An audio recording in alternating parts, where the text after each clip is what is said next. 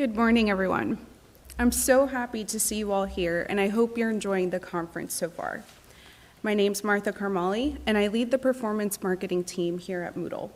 I'm excited to have the opportunity to talk to you today about something we don't always associate with learning platforms, and that's marketing.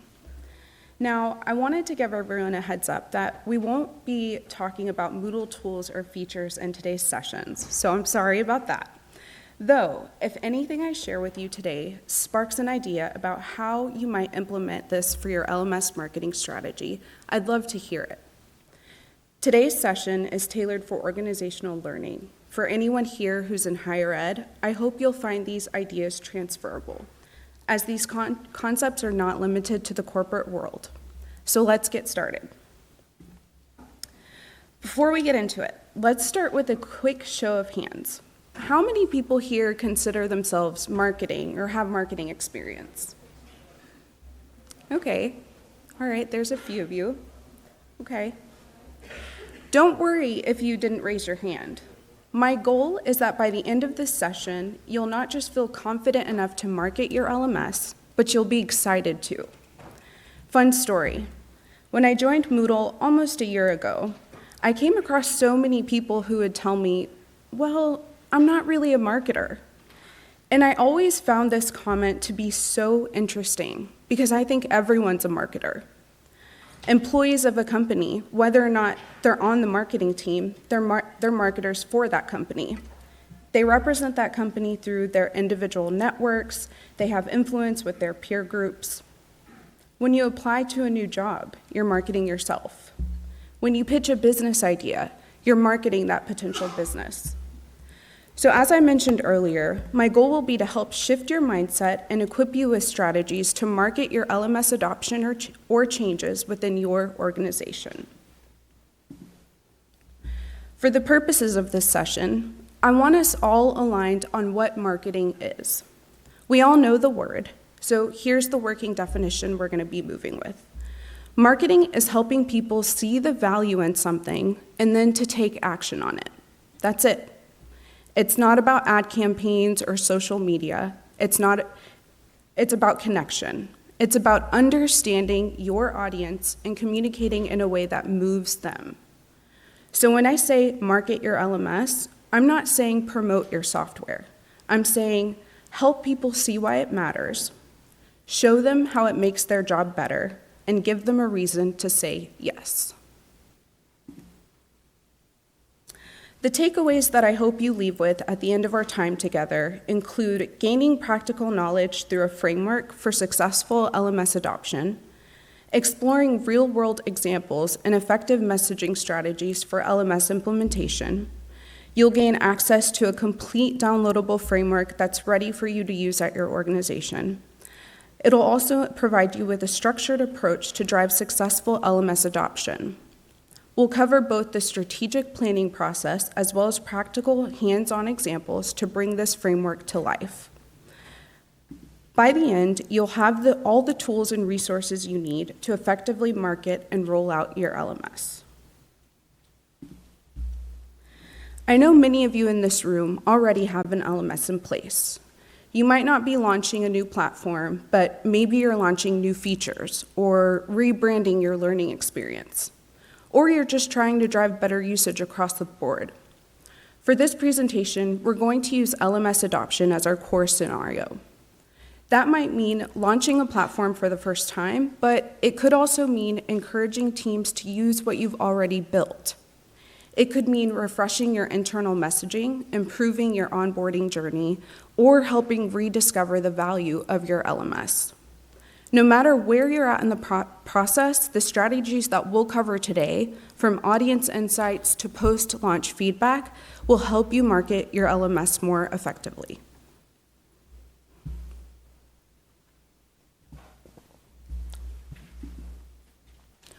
We want your LMS marketing campaign to succeed, so I don't want to spend too much time on this, but I do think it's important to have an idea why LMS rollouts or the changes you want to make sometimes fail. First, there's usually an overemphasis on the technical side without considering the human element. You have more intimate knowledge as the key stakeholder on the new LMS or the changes that you want to implement, but oftentimes when communicating the changes to everyone else, the messaging focuses on specs and data. These are important things to consider, of course, when making the decision, but they won't win everyone over when it comes to implementation. So treating the LMS rollout as a purely technical exercise without addressing the human impact can lead to failure. There's also quite often a lack of excitement. Maybe there's excitement within the small group of people who are involved in the decision-making process, but usually winning over other key stakeholders and end users is a major roadblock. We need to generate enthusiasm and ownership throughout the entire organization. One-size-fits-all communication doesn't resonate with different audiences. It's ineffective. You need to understand the different people groups you're marketing to and tailor your messaging to them. And without clear goals and feedback mechanisms to measure success, it's difficult to course correct and ensure that your rollout or change is effective. So how do we fix this? We think like marketers. The goal of this presentation is to share a framework for transforming your LMS rollout or change through strategic marketing. We'll break down each step throughout the presentation, but let's take a quick look at what this framework includes. The first step is to set the goal.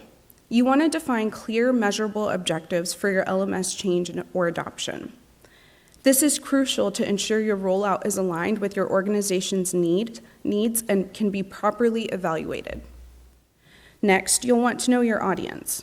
Everyone here actually has a pretty unique advantage because you have direct access to your audience, so you'll be able to quickly identify and understand your different user groups. Anytime you want to influence someone to do something, you need to build trust first. The way to do this is clearly identifying pain points and offering simple solutions. In this case, you've already built some level of trust because your audience works with you. They're your coworkers. Then you craft your messaging. This is where you'll start communicating with your audience and showing them that you paid attention to their pain points and you have real solutions. It's time to launch. You've done all the research, you've identified your audiences, you know how to communicate with them. Whether you're adopting a new LMS or rolling out a change, this is where the magic starts to happen. You're not done though. You'll want to maintain momentum and ongoing communication by reinforcing the value. And finally, you measure success and make changes based on timely feedback. So let's dig a bit deeper into goal setting. Step 1. You'll want to clearly define your goals for the LMS adoption or changes. You always want to ensure that the goals you set are goals that can be measured and they align with your organization's goals. Setting clear goals helps you achieve, 1, a clear vision for use of the LMS or the changes being made to it. It also helps steer strategy in a way that is goal-driven and remains goal-driven. Think about setting specific targets for staff onboarding, new hire training, or feedback systems. Here are 3 more specific examples to give you an idea of what's measurable. Let's say you want 80% staff completion for them to complete onboarding within 60 days of LMS launch. Or you want all new employees trained within their first week of starting. Or within 30 days, you're committed to implementing a comprehensive feedback system and getting that feedback from users. Once you've set the goals, you'll want to communicate them clearly to all stakeholders to create alignment and buy-in. Step 2. Now we've covered the importance of having a clear vision and strategy for your LMS. Now let's talk about understanding your key audiences. Yes, you have an audience. Your LMS will be used by multiple learner groups, each with their own unique motivations and concerns. Examples, IT teams are focused on the technical implementation and ongoing support of the LMS. Reliability and ease of use are top priorities for them. Managers need visibility into their learners' progress and compliance with training requirements. They want reporting and analytics. Leadership cares most about the return on investment and the overall organizational impact of the LMS. The key is to identify what each of these groups cares about most, and then craft your messaging and approach to speak directly to their priorities and pain points. Step 3, and honestly, I think that this is probably one of the most overlooked but key strategies when it comes to marketing, and in our case, it influencing someone to do something. Building trust can sometimes feel like an abstract concept, but here's what I mean. Give your LMS its own clear identity with a consistent name, maybe even a simple logo and messaging. Have some fun with it. Make it feel like a real valuable part of your company culture, not just another tool. This consistent branding helps build trust and makes the LMS feel familiar and essential. Move past features and numbers. We want to share exciting stories. Highlight success stories, testimonials from users, and examples of how the LMS is truly helping people learn and grow. Stories connect with people emotionally, showing them the real value of the LMS. You want to regularly show the real benefits and ROI of your LMS. You want to present clear data on things like increased participation, better skills, improved compliance rates, and positive business results. Clearly showing this impact confirms the LMS's importance and builds trust with everyone involved.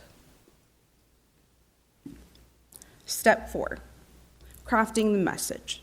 The message here is transforming generic, technical, or bland announcements into something more compelling, personalized calls to action that resonate with your audience's needs and desired outcomes. Let's look at some examples.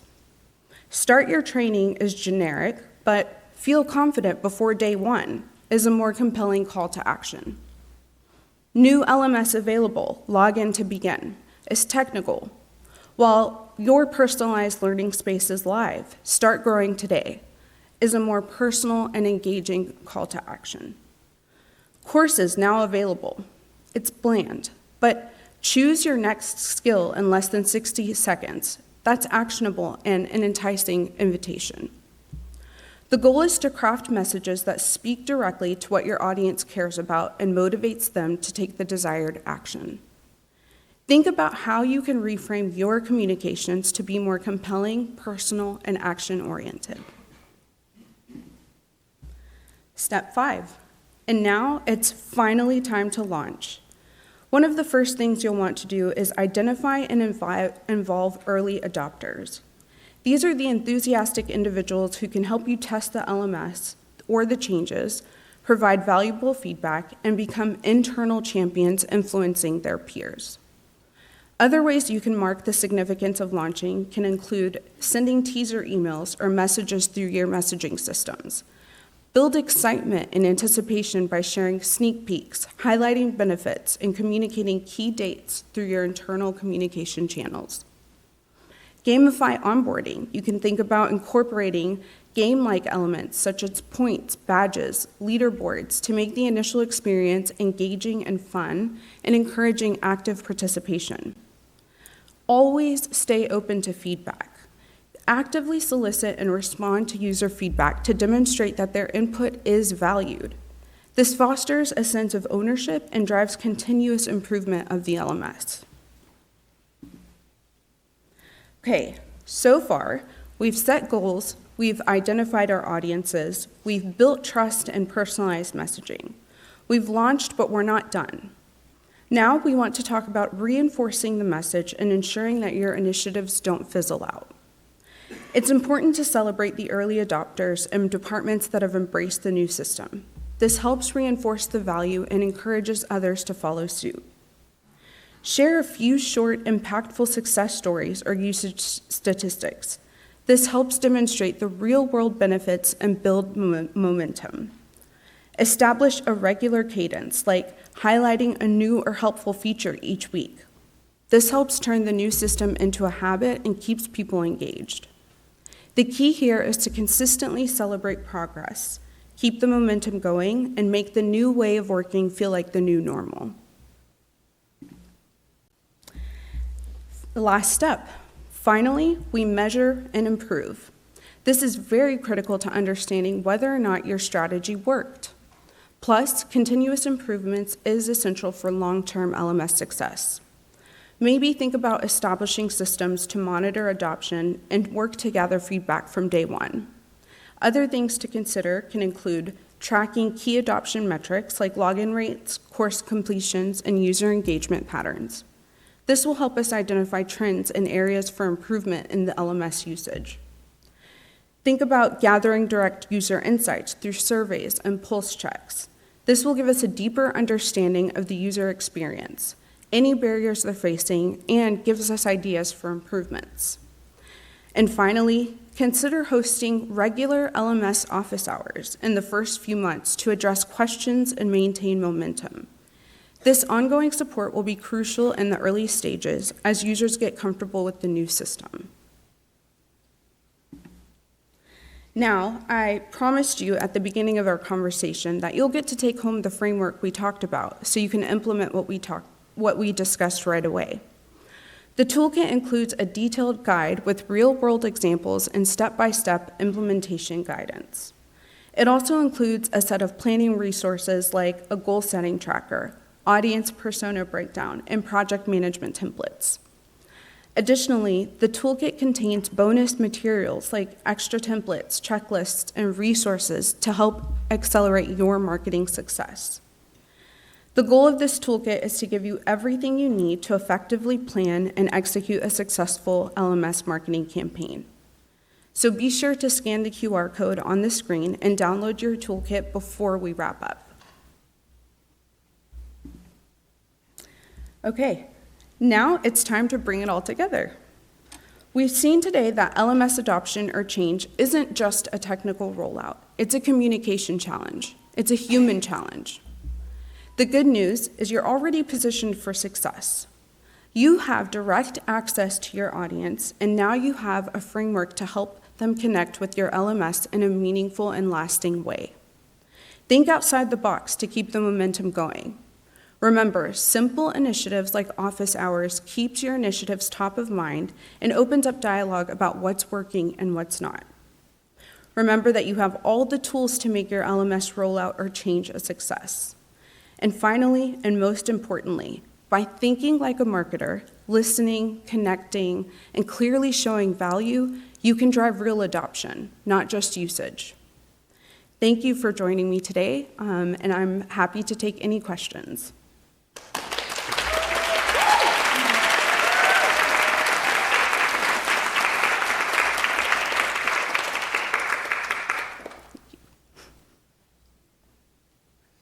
Not a question, a comment.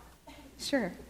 I love the guide. I love it just now. I'm so excited. And it applies to not just your LMS.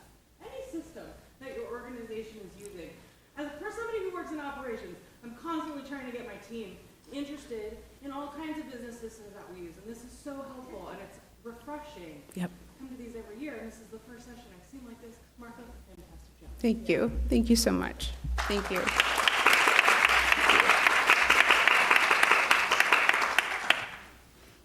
Anyone else? How about this? Who feels like they're more of a marketer now?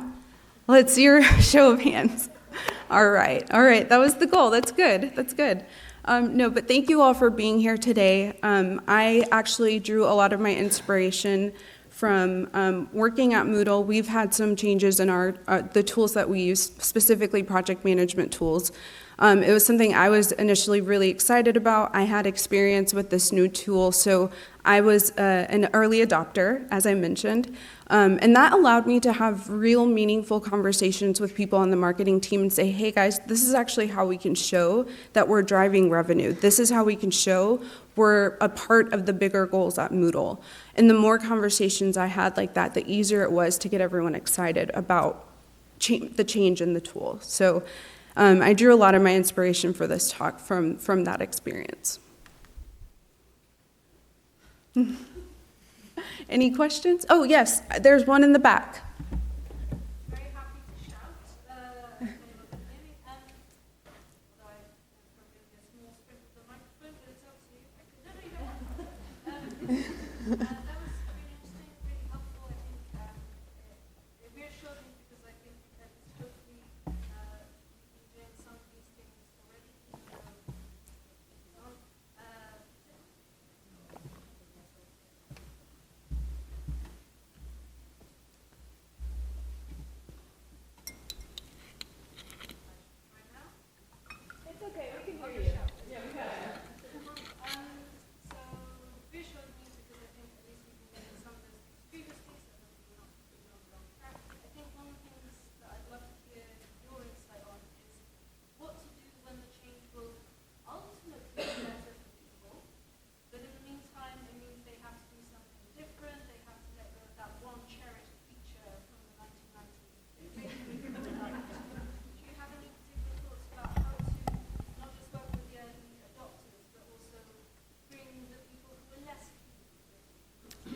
Yeah, that's a really good question. I'm going to try to repeat it just so that the recording catches it. So I think the question was not just how to communicate with early adopters, but those who have been using the tool for a really long time and maybe they're really attached to a certain feature. There were some instances on the marketing team where that was the case. Patience was number one for me. I understood that it was a big change. It was overwhelming. A lot of these people are already overwhelmed with just their workload, so then to think about having to use a different tool for them was a little bit overwhelming. So it was little bits and pieces. Some of it might have meant that I would go ahead and set up an instance of using the tool for them, so that way it was really easy for them to go in and start using it themselves. Office hours. I actually held office hours for, I want to say like 3 or 4 months. Every week I blocked an hour on my calendar where anybody on the team could pop in. It was optional. As they're making the changes themselves, everyone has a different use case. Everyone has a different problem that comes up. So we would spend that time working together. I think that really helped remove a lot of the anxiety. It helped the team understand that they're not on their own when it comes to migrating to this new tool and using it, but there was also like constant support, and it stayed top of mind because it showed up on their calendar every week. So, yeah. Good question. Thank you for that. Oh, another question? Yep. Oh, yes. Yep. Yep. Oh. There we go. No. There we go. Yes.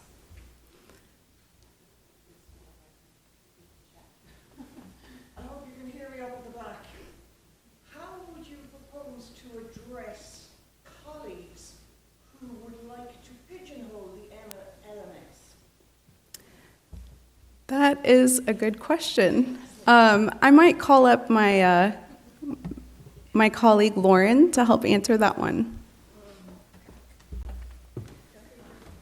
So the question was, how would you address colleagues who would pigeonhole the LMS? I think, could you give me just like a little bit scenario? What do you mean by pigeonhole? They disregard it, they order it less than it. It's like Mr. Clippers in the 90s. It serves a very limited remit for them, and it's not allowed to unleash its potential. I see. And yeah, I understand. And I think actually, I mean, my response, I've learned a lot from Martha and from marketing. I think part of that is really just showing value and showing outcomes and honestly creating some FOMO as much as possible, because that is the goal, is FOMO. Like if you can get enough folks to kind of rally around you and have that excitement, like wear the earrings, show up. I mean, seriously, like you need to have a little bit of that excitement and show that it is like a fun place to be. I mean, obviously that's going to differ with your culture and all of those things, but whatever it is that people in your organization value, really tap into that and see how you can connect that with your LMS. If you're at an organization that really values diversity, equity, and inclusion, then how can you bring some like really amazing training programs in through the LMS so that you can reach people like where they care? What do they care about? I think that's a lot of what it is. And also, there's just going to be some folks that are going to pigeonhole. They're just going to pigeonhole, and that's not where we should put our time and energy. It really isn't. I think we always have to be looking toward the future and the folks who it really matters for and the folks who care. I don't know, was that helpful? Yeah, thank you, Lauren. Yeah, and just to add to that a little bit more, when I say to share success stories, what I'm talking about is, for example, Lauren did this really cool thing with our project management system, and I share that story. That makes an impact because the people on the marketing team all know Lauren, and they're like, oh, wow, Lauren, you can do that with our new system. So kind of, highlighting those stories with people that your employees know, it's a different level than if they watch a demo from, someone they've never known before. So kind of creating excitement that way too, I think helps a lot. Wait. Yeah. We have a working microphone and another question. Okay, great. Hello, thank you so much for the presentation. As somebody who works in a very small team, I'm looking for cheerleaders. Do you have any strategies to create cheerleaders that could also help and create kind of a current to show how great Moodle is? Sorry, could you repeat the question? I'm a very small team. Basically, I'm just the one person.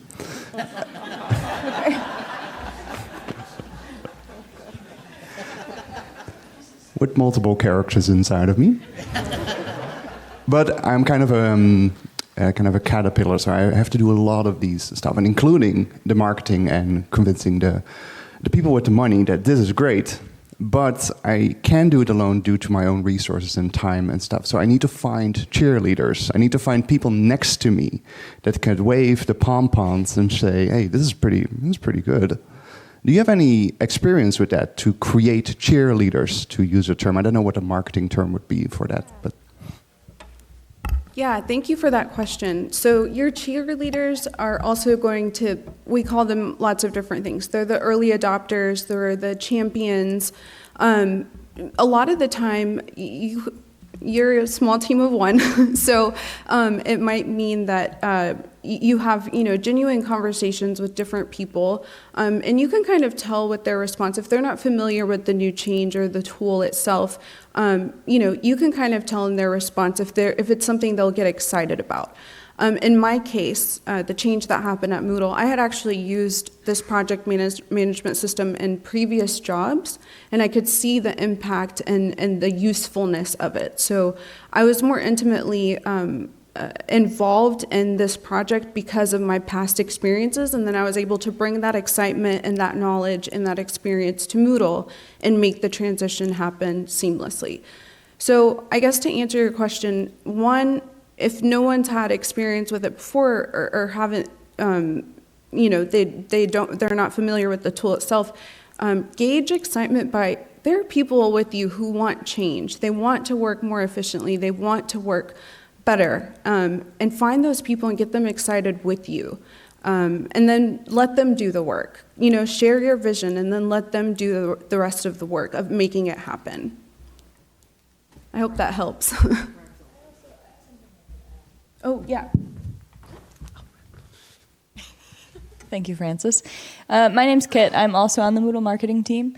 So the situation that Martha is talking about, I feel like one of the more resistant people on our team was one of our graphic designers who actually did all of the gorgeous branding for this event. She's an all-star. And she's super busy all the time. Our designers work really, really hard. And I think the best thing was just showing her how it would make her life easier. Yeah. Like, you sat with her one-to-one, and it was like a light switch flipped, and she was like, I love this. Yeah. And now she's like a champion too. So. Yeah, that's a really good point. Those, I don't want to sound like a broken record, but those open office hours every week, they were a game changer, because you also have to think about, when you're talking to a bigger group of people, not everyone feels comfortable to ask questions or even air that, like, they're a little frustrated that this is happening. Some people are more than comfortable doing that, but some people aren't. So when you have these office hours, typically one or two people will show up, and you'll find that they're actually struggling with the same things, and they start to have dialogue about what their struggles are, and then you're there to support them through that and show them how to start using it and how it'll make everything that they're working on a lot better. Those office hours, I found, allowed me to have much deeper conversations. It allowed me to tailor my messaging to that person. So, for example, our design person, she has different needs than our web developer does. So the conversations that I had with the people on the team were vastly different. And I think that really helped get them on board and trust the process that we were going through. I'd like to add something too. I'm Shalimar. Shal? You can't get cheerleaders if you're not a cheerleader. I have to be the most excited and enthusiastic person at Moodle all the time. I am. Oh, I am. I for sure am. Yeah, 100%. And so, like, you have to bring that energy, and people want that, right? Like, people come up to me all day at these events trying to get a little bit of this energy. So you just have to bring it, and those people will present themselves to you, and you'll be able to identify them because like attracts like. Yes. Thank you.